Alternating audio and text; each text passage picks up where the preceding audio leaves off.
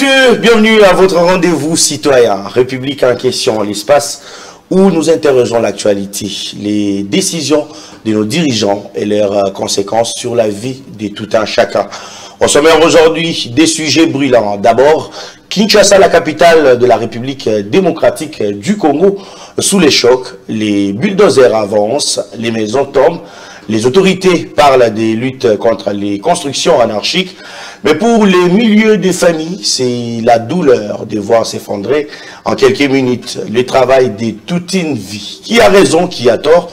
La question divise. Ensuite, un verdict qui fait trembler la scène politique. L'ancien président de la République démocratique du Congo, Joseph Kabila, condamné à la peine de mort. Décision de justice au procès politique. Son parti dénonce une cabale et promet de ne pas se taire. Voilà des sujets, deux dossiers sensibles qui posent des vraies questions sur l'état de droit, la gouvernance et la justice en République démocratique du Congo. Restons ensemble, les débats commencent.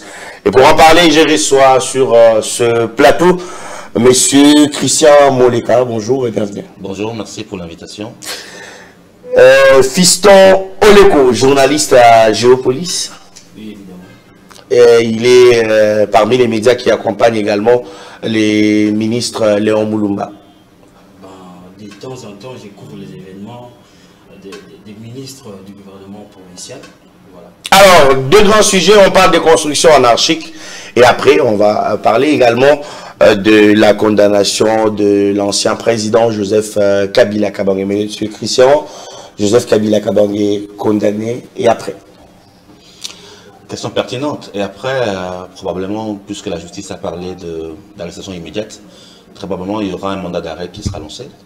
Et donc là, on verra si au niveau diplomatique, il y aura une réponse favorable aux attentes de Kinshasa. Probablement aussi, il faudra attendre que l'intéressé lui-même se prononce. Il ne s'est pas encore prononcé à ce que je sache. Et donc, quelle sera l'orientation qu'il donnera à cette action qui a pour finalité également politiquement de l'exclure. Parce qu'en tant que condamné à mort, c'est une forme d'exclusion totale du jeu politique, éventuellement d'un processus de dialogue interne. Et donc, on verra également comment l'intéressé va réagir. Son parti politique a réagi à travers différents communiqués, en rejetant la décision de justice. On verra si au-delà de cette communication épistolaire, il y a d'autres actions politiques qui sont projetées. Et comment vous, de la société civile, vous avez vu avec votre œil, comment vous analysez cette condamnation ou ce procès en général, le procès contre l'ancien président de la République? Je crois que de notre côté, il y a matière à discuter à la fois sur le fait qu'un tel procès pour une personnalité aussi emblématique dans un pays aurait demandé probablement d'avoir beaucoup plus de temps, beaucoup plus de réponses fouillées pour rassurer les uns des autres sur les conclusions de justice. Mais également, le fait que nous ayons un contexte politique très particulier qui est celui d'une agression, et que ce procès intervient dans un contexte où beaucoup appellent également au dialogue inclusif. Ouais, ce procès impactera de certaine manière les démarches d'une recherche d'inclusivité.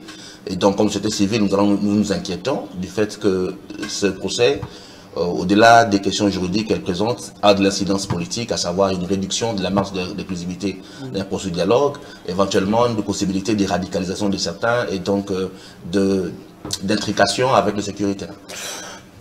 Fiston Oleko, vous pensez que Joseph Kabila, comme Christian a parlé tout à l'heure, de l'arrestation immédiate, peut être arrêté? Parce qu'il semble jusqu'aux dernières nouvelles qu'il est en République démocratique du Congo, à l'est, dans une partie où est contrôlée par les AFC M23.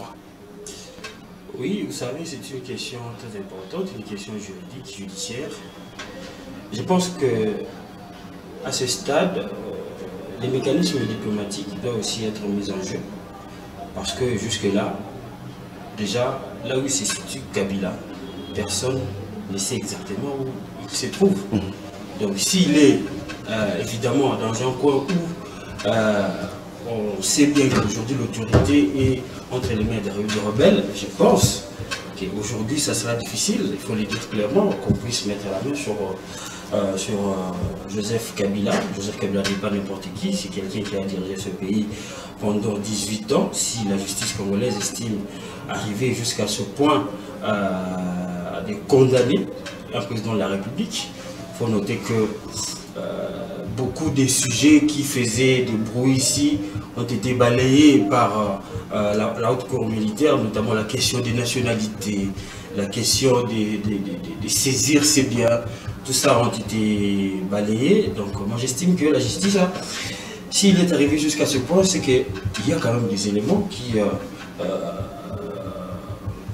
ont construit la religion de la justice. Alors, pour arriver à cette décision. Bon, après, voilà. S'il est au Congo et qu'il est dans une partie contrôlée par les rebelles, je ne sais pas comment est-ce que ça va se passer, mais c'est déjà quasiment impossible pour le moment. Mais après, il y a des questions de dialogue, M. Christian Molika suivait ici. Ce sont là des éléments qui vont justement animer cette rencontre pour préserver la cohésion nationale, je pense. Alors, du côté du FCC, on parle d'un procès qui n'a jamais approuvé de preuves. Les avocats de la République n'ont pas eu à justifier justement Kabila, la connivence entre Kabila et l'AFCM 23. On parle plutôt d'un procès politique. Christian Molika, qu'en pensez-vous? Bon, l'interprétation, c'est la communication politique, tout à fait normal, ils ne peuvent que dire cela. Maintenant, la question c'est, quand est-ce qu'on peut, comment on peut, je vais trouver la bonne formulation, lorsqu'on apporte des accusations graves du genre crime de guerre, complot contre la République, contre l'humanité, trahison, il est de bon aloi de documenter suffisamment pour dissiper justement ce genre d'interprétation de collusion politique ou de démarche politicienne. Et moi, je suis personnellement resté sur ma soif quand j'ai suivi le différent procès sous les éléments avancés pour appuyer des accusations aussi graves. Je rappelle quand même que lorsqu'on parle des crimes de guerre, on parle des crimes qui peuvent également être pris au niveau de la communauté internationale. Justement. Et donc, de tels procès, ça ne se fait pas à la va-vite. Je rappelle que Jean-Pierre Bemba a été poursuivi pour des crimes de guerre, il a pratiquement passé 10 ans. Et donc, on a eu à leur procès les témoins qui sont passés devant la barre pour apporter des éléments d'information, une démarche des descentes sur terrain en Centrafrique. On n'évoque pas des questions aussi graves sans apporter sur la table des éléments suffisamment solides pour cette telle déclaration. Et aujourd'hui, moi je crois que les éléments avancés sont très fragiles. Ils sont très fragiles et c'est ça qui conforte justement le sentiment pour certains, pour les dans une démarche visant à neutraliser politiquement. Alors qu'on aurait pu travailler, si on avait les éléments, à conforter une justice ou des éléments de justice qui dissipent tout malentendu. Et quelle crédibilité de la justice congolaise dans ce dossier? La justice congolaise est en grande difficulté depuis un certain temps. Il y a énormément de procès qui portent sur des acteurs politiques et qui met quelque peu en mal notre justice. C'est un défi dans un environnement où la justice doit s'émanciper du politique et c'est un processus énorme, c'est un cheminement. Et donc c'est un défi pour notre justice de pouvoir s'émanciper de la politique, pas uniquement au Congo, on les voit également ailleurs. Sur des questions de haute portée politique, c'est pas évident d'avoir une forme de neutralité, mais la justice doit travailler à s'émanciper progressivement de la mainmise de la politique. C'est un cheminement qui est long et pas seulement encore pour Congo. Alors, avant de passer au sujet, notre grand sujet de débat, est-ce que déjà les climats tendus en République démocratique du Congo, que ce soit à l'Est avec la guerre d'agression, que ce soit sur le plan politique avec les crises, notamment à l'Assemblée nationale, au sein même de la famille politique du président de la République, et même au sein de la formation qui est l'union sacrée de la nation, est-ce que vous pensez que cette décision de la justice va essayer un peu de fragiliser aussi les climats qui est déjà très tendu? Merci beaucoup pour la question, James Mouchia. Vous m'avez présenté ici comme journaliste. Justement. Et en tant que tel, j'aimerais bien garder ce statut-là. Parler de Joseph Kabila, aujourd'hui, j'ai entendu mon frère Christian il a parlé de fragilité des éléments. Oui, mais il y a quand même des éléments qui parlent. Parce que nous sommes dans un contexte de guerre. Un contexte de guerre qui aujourd'hui fait que deux provinces ont des grands pans du territoire national qui sont occupés par les rebelles. Imaginez, prenez seulement cette situation dans laquelle nous sommes aujourd'hui et on essaie un tout petit peu de renverser le rôle et que Joseph Kabila était président. Que serait sa réaction si un ancien président se retrouve dans un coin comme ça où il y a des rebelles qui dirigent, on vous voit en connivence avec ces rebelles, vous consultez ces rebelles, alors que vous étiez à l'extérieur, vous avez annoncé votre arrivée au pays pour travailler pour la paix. Mais écoutez, les centres des institutions de Kinshasa, je n'exclus pas les provinces du Nord et Sud Kivu comme étant, comme n'étant pas les provinces de la République démocratique du Congo, mais il y a quand même les centres politiques de la République démocratique du Congo qui est Kinshasa. Bon, pourquoi pas atterrir à Maniema, pourquoi pas atterrir au Katanga, pourquoi pas atterrir à l'Équateur, pourquoi pas atterrir. Il s'en va aussi de sa sécurité, mais c'est quand même ça des éléments qui ont peut-être amené les juges à arriver à dire qu'il a des connivences avec les rebelles. Parce que ce n'est pas n'importe qui va aller. On parle même de sa signature quand il était chef de l'État.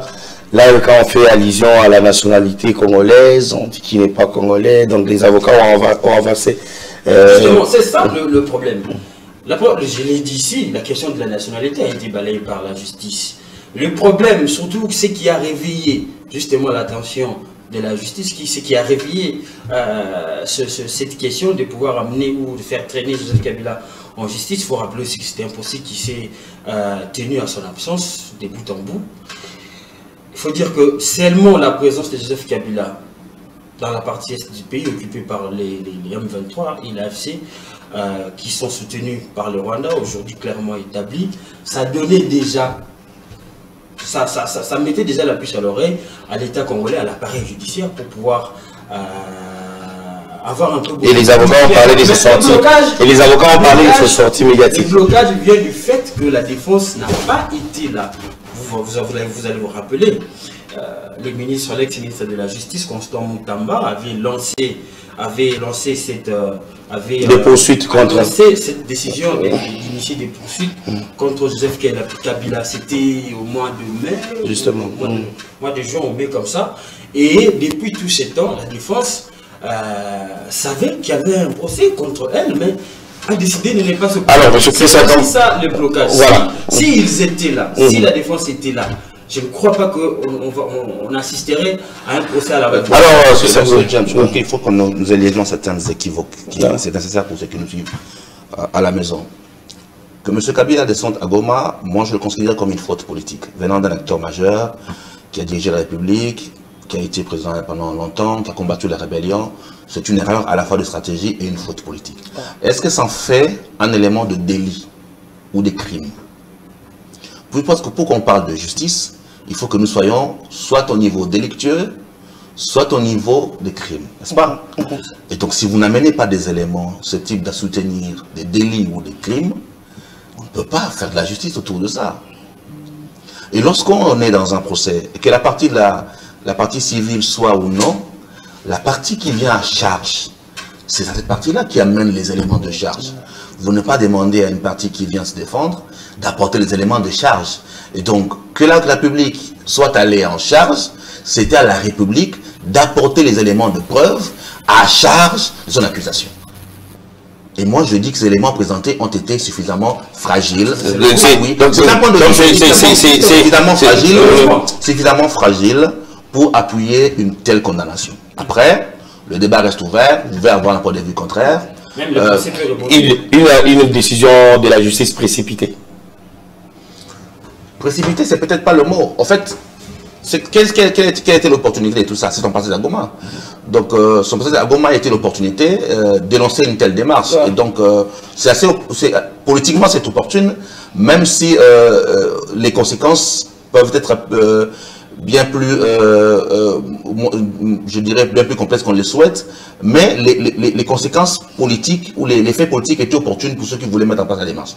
Après, mettre une démarche, c'est suffisamment apporter des éléments, comme je le dis, c'est la charge de la République d'apporter les éléments de preuve. Voilà. Et il me semble, moi, de mon point de vue, qu'il n'y a pas eu suffisamment d'éléments de preuve pour appuyer des accusations aussi graves. Et donc, on aurait pu soit gagner en temps pour donner à la partie de la République le temps suffisamment d'éléments, de compléter les éléments. D'ailleurs, ils avaient demandé la couverture des débats pour cela, pour qu'ils apportent suffisamment des éléments, et donc permettre à toute une nation d'avoir une conscience de quiétude pour une question aussi importante. Les témoins n'ont pas comparu, faute, ils ont jugé qu'il faut qu'ils soient en sécurité. Oui, mais les témoins peuvent paraître de manière anonyme. On l'a vu à la CPI, lorsqu'on a invité les témoins, ils sont invisibilisés.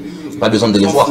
Ils sont floués en temps de nuit. Alors, voilà, merci beaucoup Christian Moleka, merci également à Fiston Oleko. On va passer à un autre sujet qui fait couler d'encre et des salives. Hein. Ce sujet sur la destruction des constructions anarchiques à Kinshasa, dans la capitale de la République démocratique du Congo. On parle de la démolition aujourd'hui. Les ministres, on lui a même donné, on collé un nouveau nom, les ministres de la destruction de la ville, parce qu'il ravage tout ce qui passe devant lui.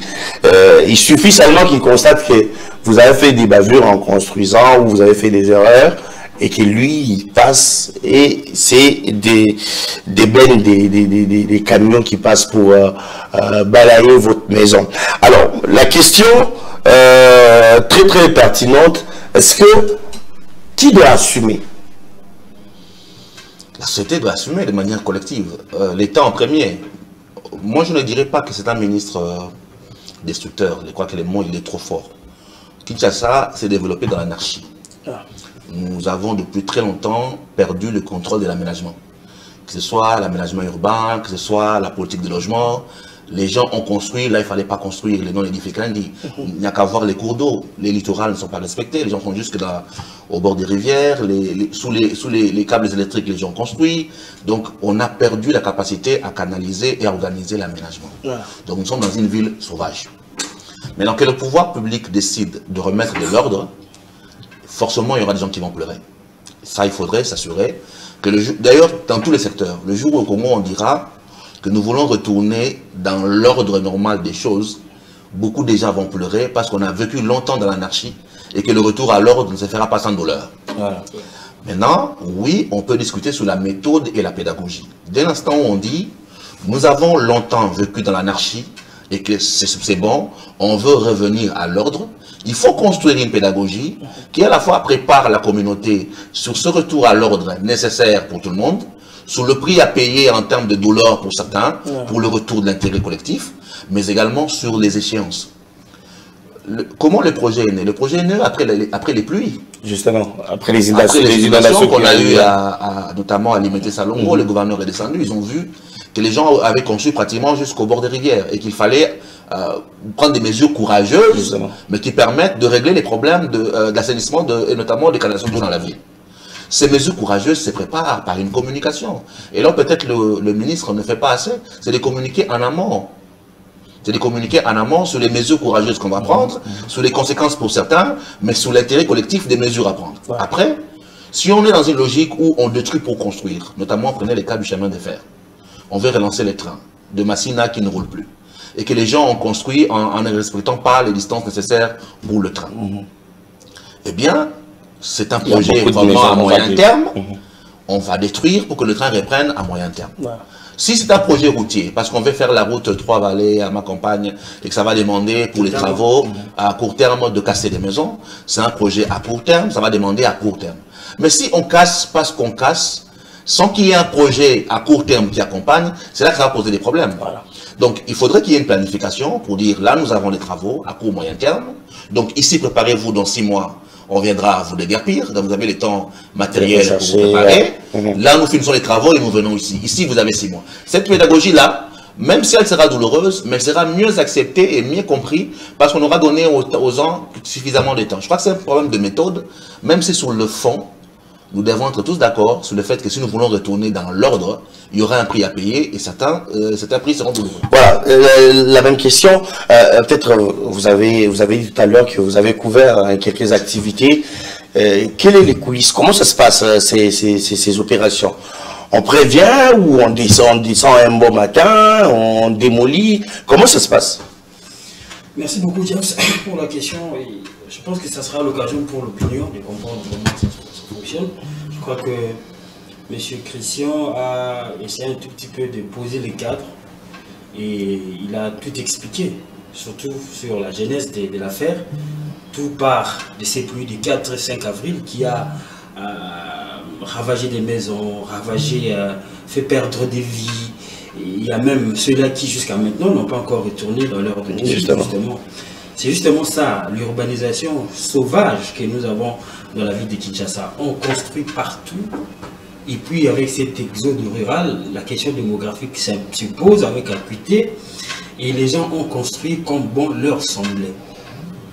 Moi je pense que ces opérations qui ont été lancées par le gouvernement provincial sont du genre en elles-mêmes aussi pédagogiques. Parce que les Congo ne vont pas s'arrêter en 2025. Demain, quand vous peut-être, vous chez James, vous allez vouloir avoir un terrain, vous allez vous poser 1000 questions. Où je vais acheter, tu vas chercher même des plans cadastraux et tout, pour savoir réellement où je vais construire, où je vais acheter. Et sur ce point-là, moi je crois que c'est une décision sanitaire qui a été prise par la ville de Kinshasa. Tout part de ces pluies de 4 et 5 avril 2025. Et après, il y a eu une décision du président de la République. Il a mis en place une commission qui a travaillé dessus. Et la méthode est simple. C'est-à-dire qu'on commence d'abord par... quand je parle de la méthode, j'ai approché les services parce qu'il y a 2 ministères qui pilotent ces opérations. Et les ministères provinciaux des infrastructures et des travaux publics. D'un côté, de l'autre côté, il y a le ministère provincial de l'environnement. Ce qui se passe, c'est quoi? Parce que vous avez posé la question sur les coulisses. C'est qu'on vient d'abord chez les, comment on les appelle, les chefs des divisions urbaines qui ont justement des plans et les services des cadastres qui ont évidemment des plans cadastraux de chaque coin. Parce que selon des circonscriptions, ils s'organisent comme ça. Il y en a 10 des chefs de division qui, des ministères de l'urbanisme et l'habitat et du ministère des affaires foncières qui contrôlent la situation. Donc on va d'abord à ces services-là, selon les services de ces 2 ministères qui m'ont expliqué. On se renseigne sur les parcelles, surtout les parcelles qui posent problème. Par exemple, vous avez des rivières dans la ville de Kinshasa, une ville qui est traversée par beaucoup de cours d'eau. S'il y a par exemple une rivière qui est jonchée par des maisons qui étouffent un tout petit peu son cours normal, et les services produisent des plans. Non pas produisent, exhument des plans, parce que ce sont des anciens plans déjà, de 1970. Et c'est à partir de là qu'on détermine les délimitations des emprises qui ont été anarchiquement occupées par les particuliers. Et après ça, la deuxième étape, c'est l'émission des mises en demeure. Je me rappelle, l'un des ministères m'a parlé, il m'a dit, par exemple, sur l'avenue Mapenza, on avait déposé la mise en demeure, les mises en demeure au mois de novembre 2024. Mais vous savez, quand on avait démoli, c'était en mai 2025. Vous voyez, donc on vous a donné 6 mois pour pouvoir, parce que c'était la première phase, il a fallu quand même que ça soit un peu long pour que les gens comprennent et intériorisent cela. Donc, c'est un peu ça. Mais maintenant, on a même des images où les familles pleurent. Ils disent qu'on n'a jamais été informé. Le ministre est venu du coup. C'est ça. Non.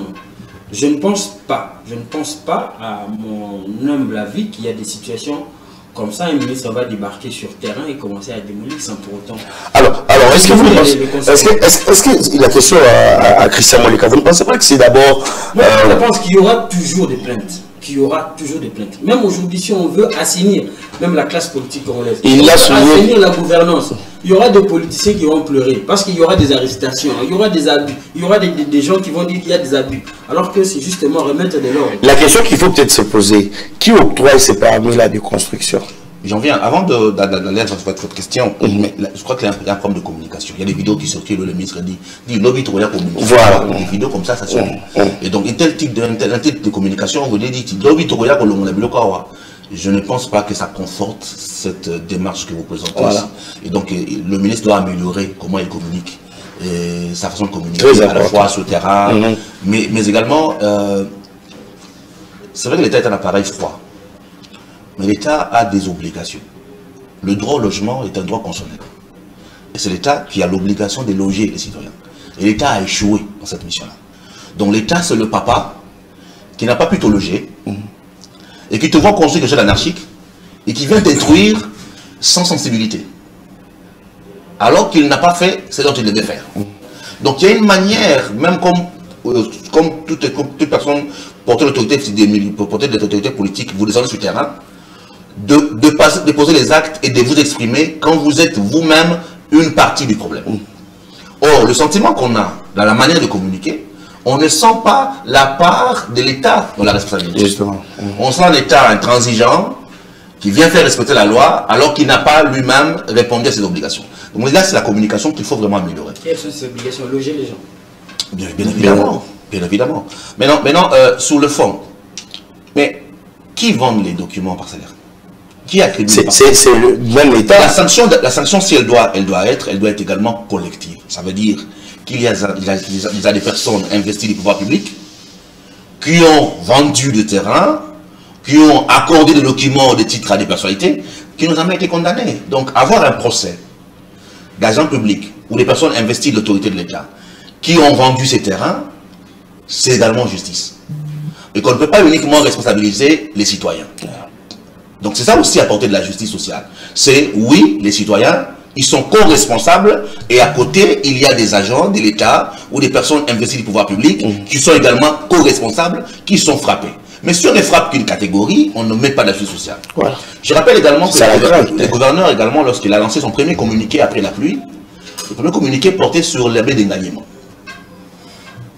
Le tout premier communiqué du gouverneur portait sur la baie d'Engaliema. Et jusqu'aujourd'hui, on a quitté la baie d'Engaliema pour aller sur Oya Kitambo, puis aujourd'hui on est ailleurs.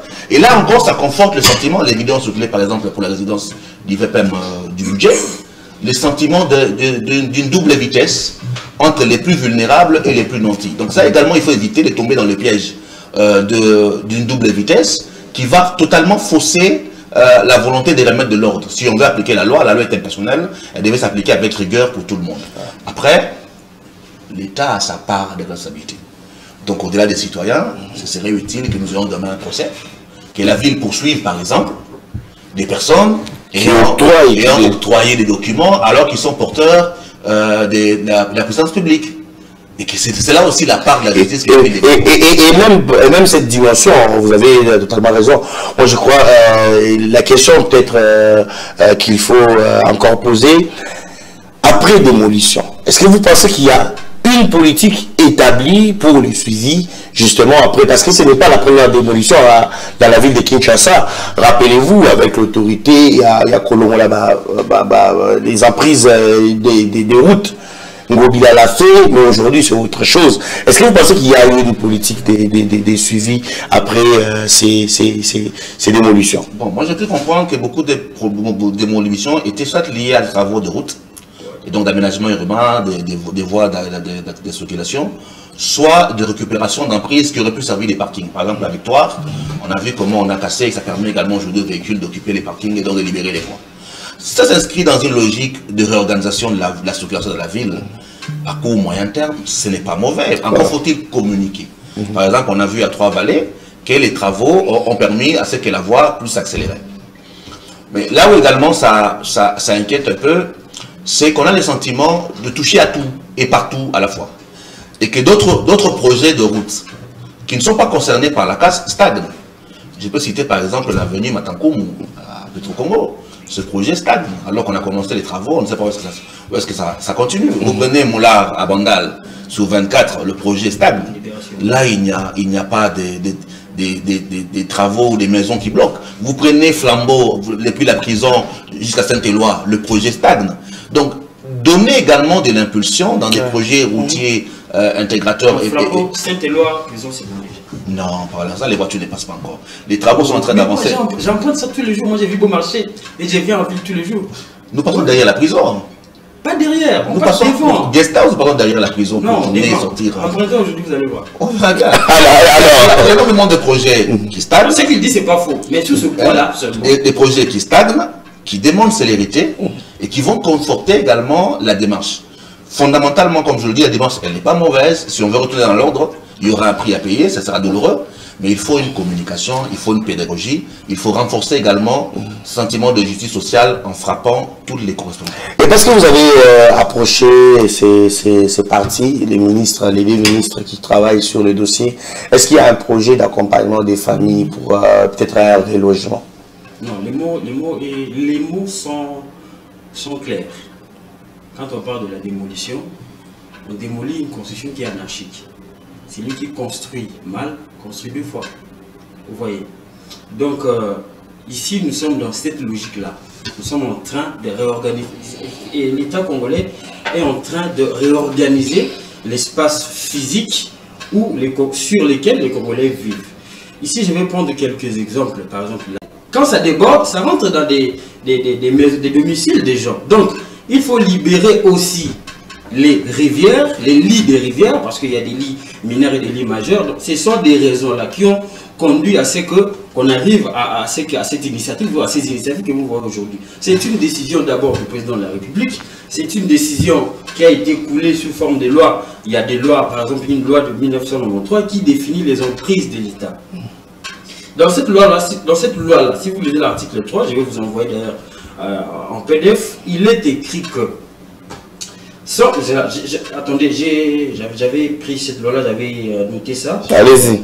Sans préjudice des poursuites judiciaires prévues par la loi à la charge des contrevenants, toute construction érigée en violation des dispositions du présent arrêté, c'était arrêté interministériel qui définit les emprises de l'État ou les servitudes, des dispositions du présent arrêté ainsi que d'autres dispositions légales ou réglementaires en la matière seront démolies aux frais de leurs constructeurs ou propriétaires sans aucune indemnité. Ça, c'est pour répondre à votre question. Donc, pour les... je ne sais pas si on peut les appeler les victimes ou les contrevenants. Si on parle des victimes, ça a été humain parce que les gens ont été touchés. C'est leur vie, c'est leur travail, c'est le fruit de leur travail. Mais, au sens propre, on va les appeler les contrevenants parce qu'ils ont construit sur les emprises. Alors Christian Moulé, qu'est-ce qu'il y a lieu quand même, parce que si vous voyez les milieux que l'on touche, c'est quand même de quoi un peu reculer de la ville. Il y a par exemple Massina, où vous avez une famille qui a peut-être papa qui touche à peine quelque chose, mais qui a essayé de trouver le toit. Ne serait-ce que pour sa famille. Est-ce qu'il y a moyen? Est-ce qu'il y a moyen pour ces plus pauvres-là que l'on trouve un mécanisme, justement, parce que vous êtes de la société civile, vous côtoyez toutes ces personnes, vous côtoyez tous ces gens, chaque jour, du jour au lendemain. Est-ce qu'il y a moyen de penser à un mécanisme, justement, pour pouvoir aboutir à trouver, ne serait-ce que quelque chose pour ces familles? Le premier mécanisme, c'est le temps. Ça veut dire quel temps on leur accorde, même si on sait que, voilà, pendant très longtemps, l'État en premier, nous avons entretenu une forme de responsabilité collective. Et qu'aujourd'hui, nous voulons retourner dans l'ordre. Et donc, le premier mécanisme, c'est le temps qu'on leur accorde. Voilà, nous, ici, nous voulons réhabiliter le train. Massina, le train ne fonctionne plus. Pour aller à l'aéroport, à la gare centrale, il faut que le train reprenne sa voie. Or, le train a besoin d'avoir 15 mètres, 15 mètres. Nous vous donnons 6 mois. C'est déjà un premier mécanisme, le temps. Après, le Congolais, il est têtu. Vous lui donnez 6 mois, au bout de 6 mois, vous venez, il n'a pas bougé. On se connaît. Et donc, il y a, je crois, ce dialogue social à construire. Mais il y a des élus pour ça. Il y a des conseils municipaux pour ça. Comment vous associez les élus, puisque le ministre est provincial, député provinciaux, comment vous les embarquez pour parler avec les citoyens? Hein? Ce n'est pas uniquement une mesure verticale où on vient en frappe. C'est aussi la démarche qu'on construit. Nous allons à Massina, les élus provinciaux de Massina, vous accompagnez l'action de votre gouvernement, parce que vous l'avez voté, vous participez à construire le dialogue social avec la population, pour expliquer la démarche, l'intérêt collectif. C'est la pédagogie. Moi, je suis vraiment au niveau de la pédagogie. Et donc, les gens pourront mieux accepter la douleur.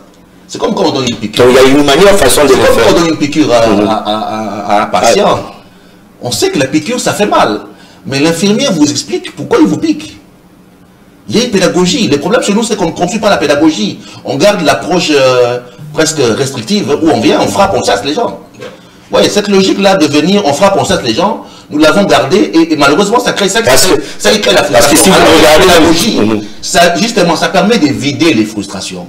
Ça permet de construire une approche plus participative où les gens sont plus prompts à partir parce qu'ils comprennent l'intérêt de la démarche. Imaginez une démarche où vous associerez, y compris l'ONATRA, qui viendra parler des emplois créés par le chemin de fer. Il y a moyen de recréer même de l'emploi. Vous associez la SNEL, par exemple. En disant à la population, cette personne locale-là, a retravaillé pour relancer le chemin de fer, hein, comme journalier. Donc, vous leur apportez cet intérêt au projet, hein, qui se met en œuvre. Le problème, c'est nous, c'est la pédagogie. Donc oui, l'État est dans ses droits, oui, il faut revenir dans l'ordre, mais il faut construire une approche participative, une pédagogie, un modèle de dialogue social qui amortit les frustrations, tout simplement. Parce qu'on ne pourra pas indemniser les personnes qui n'ont pas construit dans le respect de la loi. C'est impossible. Oui, on ne peut pas, mais il faut construire une pédagogie qui amortit les frustrations. Et ça, c'est un problème de communication, d'approche stratégique sur le cabinet du ministre, de développer une approche qui ne soit pas une approche top-down, brutale, du genre... Non, mais il y a des images où il y a des militaires qui viennent, ils attrapent un vieux papa, on l'amène auprès du ministre, on les brutalise même. On les brutalise même. Donc, comme vous l'avez souligné, je crois qu'il y a lieu de faire ce travail de la pédagogie. Oui, c'est très important. Alors, c'est le modèle oppressif de l'État. Il faut que nous sortions du modèle oppressif colonial, hein, que nous gardons encore, hein, où l'État, c'est quand il vient, Kobeta Fimbu. Hein, ce modèle d'État oppressif, nous l'avons gardé. L'État oppresseur, quand il vient, il frappe, il frappe, il frappe. C'est vraiment ce concept du pouvoir qu'il faut changer. Et cette approche peut s'améliorer par une communication, par la stratégie, pour sortir de la logique oppressive et amener les gens dans une démarche où ils s'embarquent sur le changement. Le changement ne peut pas se faire contre le citoyen. Sinon, ça peut créer à certains endroits de la résistance. Et vous aurez de la résistance. Dieu merci, on n'a pas trop d'incidents. Vous savez, il y a des projets ailleurs, je ne le souhaite pas chez nous, il y a des projets ailleurs où vous arrivez peut-être, on l'a vu en France pour des projets par exemple pour construire l'aéroport, où vous avez de la résistance et ça conduit à des incidents graves. Dieu merci, on n'est pas encore à ce niveau-là, où vous allez trouver une résistance qui pourra peut-être accompagner des morts d'hommes. Et là, on dira quoi? On dira, il y a eu cas de morts d'hommes, on a un cas de morts d'hommes. Il faut construire une pédagogie qui ne soit pas uniquement une logique oppressive. C'est au ministre, c'est son cabinet, c'est à la presse qui l'accompagne, de l'aider à construire une approche qui soit beaucoup plus... Alors, Christian Moleka, quel est le message aujourd'hui qu'il faut apporter à ce personne-là? Ce personne qui se voit... Il avait construit 2 chambres à salon, après tout est parti, il dort à même les sols, il est dehors, il ne sait pas où aller, parce qu'il faut aussi qu'il y ait un message pour toutes ces personnes. Mais moi je pense que d'ailleurs c'est la période nécessaire, vous comme médias, de construire une campagne ou de mener une campagne d'éducation civique à côté de ce qui se passe. Respect de la loi, responsabilité citoyenne, quand tu construis où? C'est maintenant qu'il faut le faire. Parce que peut-être qu'on va démolir 100 maisons, mais il y a d'autres personnes qui vont acheter après. Et donc, profitez de l'opportunité que nous avons aujourd'hui pour faire de la pédagogie, pour dire aux gens, on n'achète pas n'importe où, on ne construit pas n'importe où, consultez les personnes ressources quand vous voulez acheter un terrain, allez vers les services publics pour vous renseigner sur la viabilité ou non de l'espace que vous voulez construire. Hein? Soyez prudents, ne laissez pas un premier escroc parce qu'il se présente à vous, il vous dit, je vends un terrain, vous l'achetez. Donc c'est maintenant qu'il faut le faire, et ce travail est nécessaire. Ça peut se faire soit au niveau des médias qui peuvent s'engager, ou ça peut se faire au niveau même du cabinet des ministres. Ça veut dire, autant on fait un travail de retour à l'ordre, autant on fait un travail de communication, de sensibilisation pour que l'opinion comprenne qu'il y a une volonté aujourd'hui de revenir dans l'ordre, et que chacun doit être conscient que ce retour dans l'ordre peut l'impacter d'une manière ou d'une autre, parce qu'à un moment donné, il a ou non respecté la loi. Et ce travail-là doit également être un travail préventif, pour la génération future. Vous voyez, désormais, si vous voulez acheter un terrain, il faut faire ça, ça, ça. C'est mieux d'interdire, c'est un peu comme l'enfant à la maison. Hein. On ne dit pas à un enfant, désormais ne mange pas par terre, on lui dit mange sur la table. Vous voyez, nous avons beaucoup trop d'interdictions que d'orientation. Donc il faut dire aux gens, ne construisez pas sur ça, mais il faut faire ça aussi. Mais aussi interpeller les autorités qui livrent ces... Il faut poursuivre, il ne faut pas interpeller, il faut poursuivre. Responsabiliser les agents véreux qui sont tombés dans ça. Parce qu'on n'a pas que pour celles responsables les citoyens. Il faut poursuivre. Et ces gens-là sont identifiables. Parce que les documents-là sont signés. Et ceux qui ont signé, soit ils sont vivants, soit ils sont en fonction. Il y a des dates. Il faut poursuivre. Donc si on veut appliquer la rigueur, appliquons la rigueur dans son intégralité. Poursuivre les gens, que la ville se constitue en partie civile, Et il peut même demander dommage à intérêt parce que ces gens ont reçu de l'argent. Voilà. Alors, pour ces gens qui ont déjà reçu des notifications qu'on va venir démolir, hein, pour peut-être un message pour terminer, qu'est-ce qu'il faut leur dire? Prenez vos histoires, partez, trouvez un endroit où aller.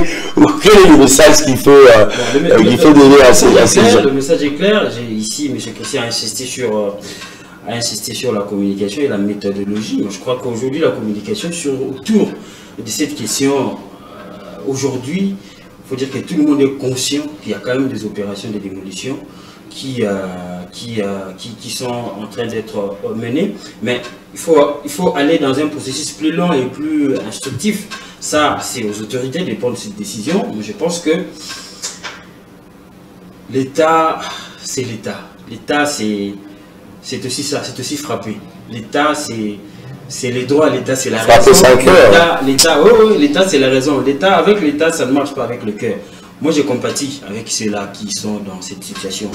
Leur maison, voir leur maison, il y a quelqu'un même qui disait, j'ai vu sur les réseaux sociaux, notre maison, nous sommes ici depuis 1980. Vous voyez un peu ce que ça donne. Vous savez, c'est même leur identité qui est partie comme ça en fumée. Mais il faut que nous revenions à l'ordre. C'est ça qu'on appelle le salut public, qui est la loi suprême. C'est pour l'intérêt général. C'est pour que demain, qu'il y ait moins des inondations, qu'il y ait moins de pertes de vie, qu'il y ait moins des embouteillages sur nos routes et que ça sera bien pour surtout les générations futures. Voilà, on va considérer ça comme votre mot de clôture. Monsieur Christian, peut-être une petite question avant que vous puissiez ajouter. On attend de la ville de Kinshasa, c'est pas uniquement détruire, c'est aussi construire. Rimokine est un projet qui traîne dans les tiroirs. On attend également du gouverneur que Rimokine soit relancé, que les logements sociaux soient construits. Détruire, c'est facile.